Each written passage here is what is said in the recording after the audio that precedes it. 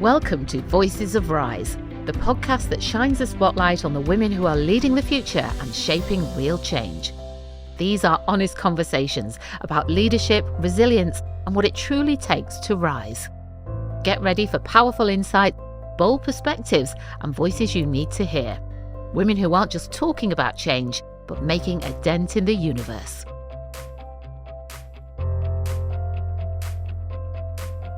Welcome to the podcast, Emma. Thank you. So, Rise Conference, is this your first year? Yes.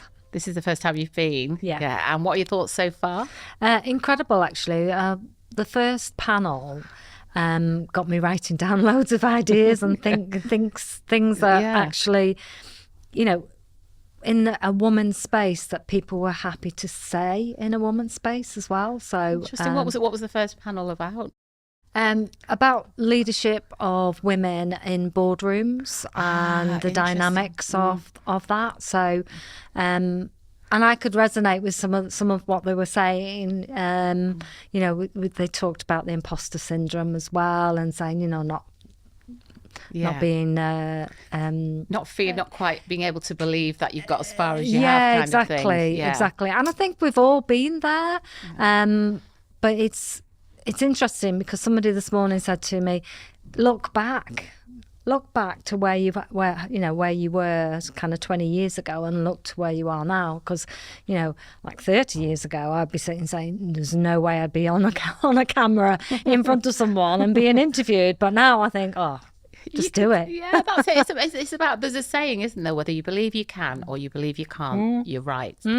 And a lot of it is about mindset. And of course, you've been in business for quite a while now. Yes. Tell us about your business. It's digital marketing, is that right? Yes. So we are Aqueous Digital. We specialise in search. So we work with businesses to get to the top of Google. Which I can imagine that's getting harder and harder.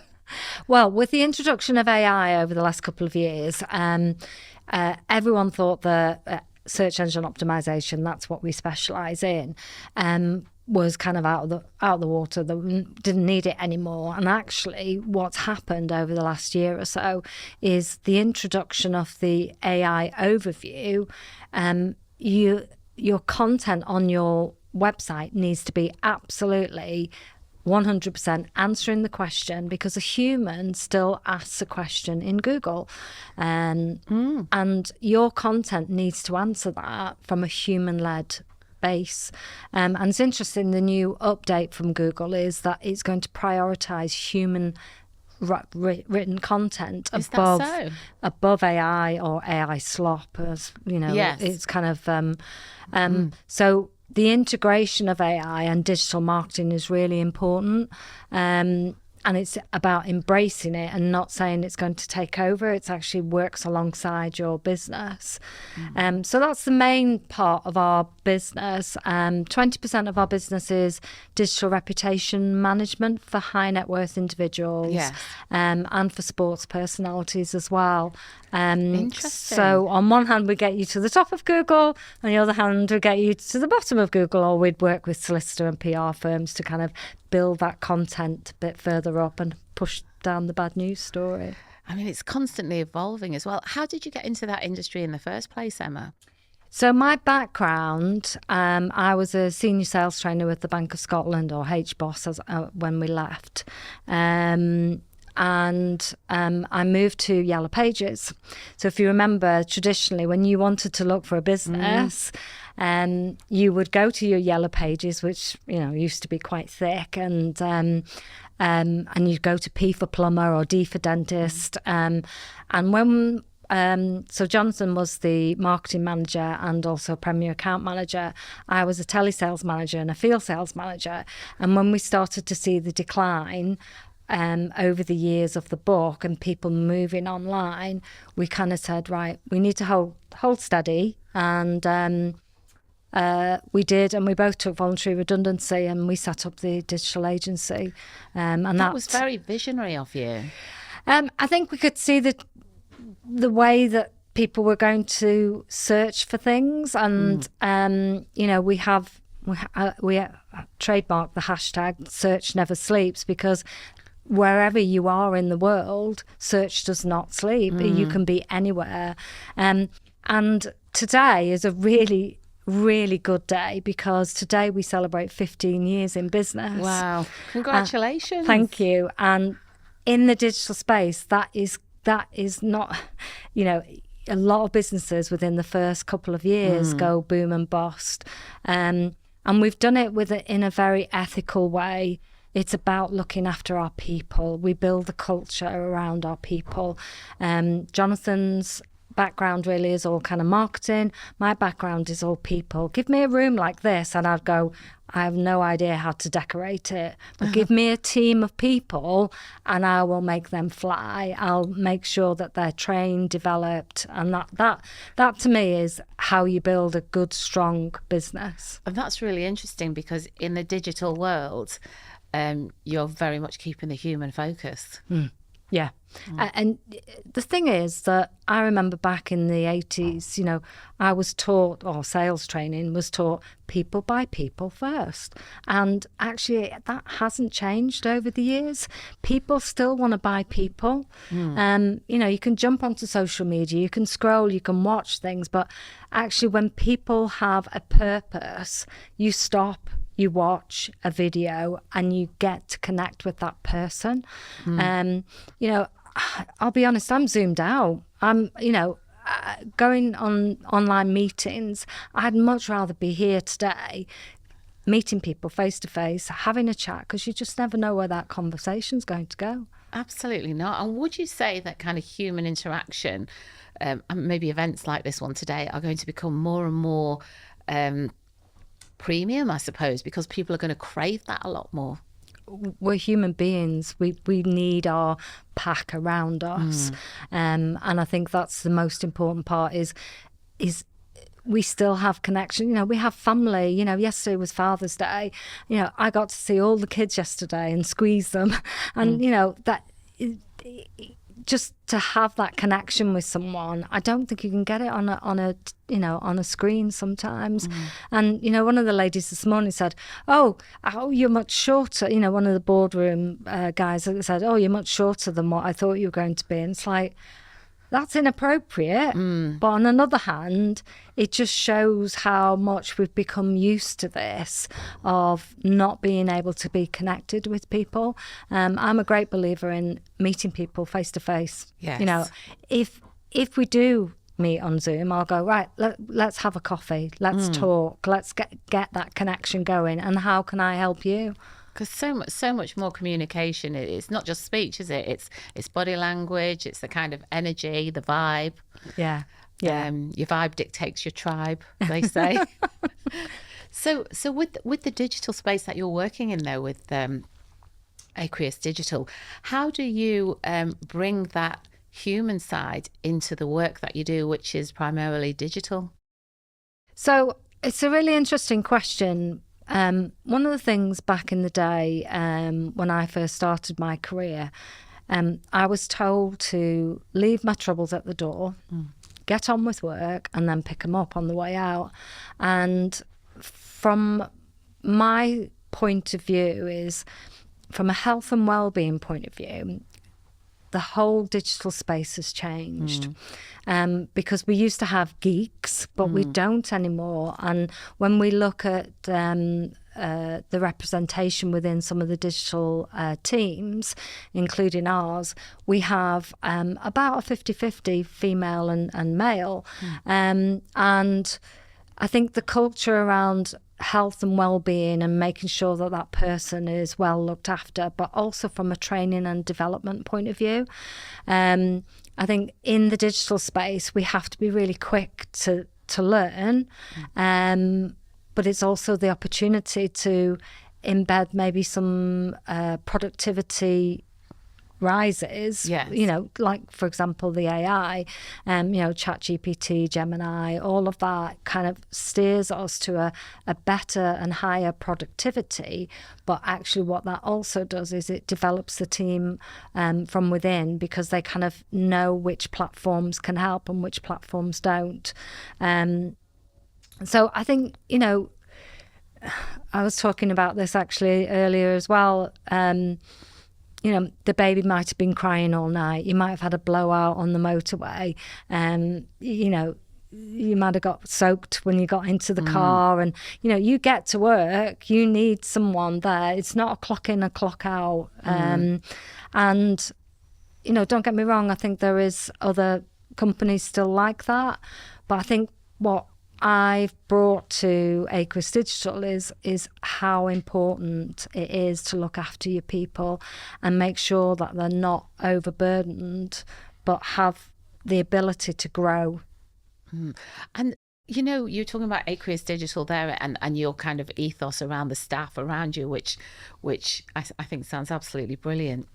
But what about the actual work you do for the clients? What's the typical thing they want you to do to help them with? So what we do is three main things. The first is we write content. We have copywriters. So human people write human content. It's not AI slop. The second thing we do is we look at the website and the technical ability of that website. And then the third thing we do is press and PR links. So we would get them into press, papers, magazines. And what that does is it plays to the Google algorithm because you need the EEAT, which is your experience, your expertise, your authoritiveness, and your trustworthiness. So if your website gives your future customers a good customer experience, that you've got expertise in your field, for example, family law, for example, that you're writing about this on a continuous basis, you've got the authority, you've got the badges, you've got your training, but the algorithm then trusts you above your competitors. Interesting. So that's how that actually works. So it's playing to the machine that your business actually is better than somebody else. It's kind of like it's a bit of personal brand building and business brand building, and so the algorithm actually likes that. Yes. Yeah. Interesting. Yeah. And can you tell, Emma, if you look at posts on, say, LinkedIn, do you look at them and think that's not been written by a human? Can you tell? Yeah. Is it getting more obvious? Yeah, it is. But what you've got to understand is that AI will become even more intelligent. At the moment, it doesn't have emotion. Now, it might include words like feel or, sense of smell or whatever, but it still doesn't have that emotional aspect to it. But also, it doesn't have a lived experience. Because what it's doing is it's gathering the snapshot at a certain period of time. So I always give the analogy of if you go onto Facebook and, you post a photograph with all the kids on Father's Day, that's great. That's just a snapshot of time. But you didn't see that I got up late, I nearly fell down the stairs, I went to have my car washed, I went to the gym, I got sweaty, had another shower, didn't see last night, watching the Dutton Ranch, all of that is the whole span of your, I suppose your content really, but your life, your lived experience. So it doesn't see that lived experience. And I was talking to someone the other day that said that their son was at university and they were using AI, Gemini to write, and they were allowed to do that. And it's like, oh, okay, but you've got to the answer straight away rather than having an objective answer to say, oh, well, I'll debate that person with that. It loses the light and shade almost, the grey areas. Yeah.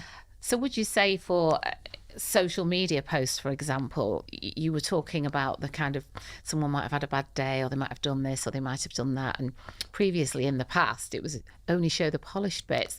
But do you think it's more important now to, I know the word authentic is used a lot, maybe a bit overused, but would you say that is a key thing at the moment, to really show the realities of yourself, to really stand out on social media? Yeah, at the panel this morning, they were talking about vulnerabilities. And, we all have bad days. And, I post every year on the 1st of April because on the 1st of April, April Fool's Day, 10 years ago, I had a mastectomy and reconstruction at the same time. And I was diagnosed with breast cancer, and I could have held that in. I know there's other breast cancer survivors that don't post about it. But for me, I post about it because I want people to check themselves. I was at a networking group on Friday and I said, when was the last time all of you checked yourself? Because if I hadn't checked myself, I don't know. I don't know, but I knew instinctively. And I think, being authentic and showing that vulnerability sometimes, it is hard. It is hard, but that's how you get across your message, your type of person that you actually really are, and forget about all the other people who are going, oh, well, they're just saying this to doing that or whatever. So, but that's what connects, isn't it? Yeah, when you talk about your genuine, unique story. I mean, Emma, you've achieved such a lot so far. You've overcome breast cancer. You've created an incredibly successful business. You've won many awards for leadership, well deservedly. Thank you. What would you like to do going forward? What are your hopes for the future? I've just recently started up a new business, which is called The Growth Orchard. And it's a management consultancy business where I go into businesses and use my extensive experience and say, how do I fix things? How do I fix things through people? How do I fix things through process? And, that's a big goal. That's a big thing to say. But I still just want to fix things. I just want to make things better. Yeah, and my grandfather, bless him, he died in 1979, but just before he died, he bought me a T-shirt that said, watch out, here comes trouble. And but he always said that trouble wasn't a negative word. It was a word to disrupt things and get things done. And I've taken that a lot over the years in my career to kind of be a disruptor. And say, do you know what? Yeah, some things don't work, but sometimes things do work. Yes. And, you mentioned the awards. I mean, I got a National Businesswoman Award in 2024, and oh my goodness, I was just not expecting that at all. And this imposter syndrome said, oh, you sure you're good enough for that? And it's like, actually, by getting that award has really opened a lot of doors for me. So it just shows that the only limits you set are in your own mind, aren't absolutely. they? And, there's a whole new conversation about limiting beliefs. But Emma, I wish you every success for the future. But can you just remind people where they can find you? You're on LinkedIn, is that right? Yes, LinkedIn, Emma Guy. You'll find me there. Obviously, if you want to follow Aqueous Digital as well, we do send out newsletters every month. So you get, keep up to date with what's going on in the digital Well, I definitely think space. People need to keep watching. I definitely think you'll want to watch. Thank you.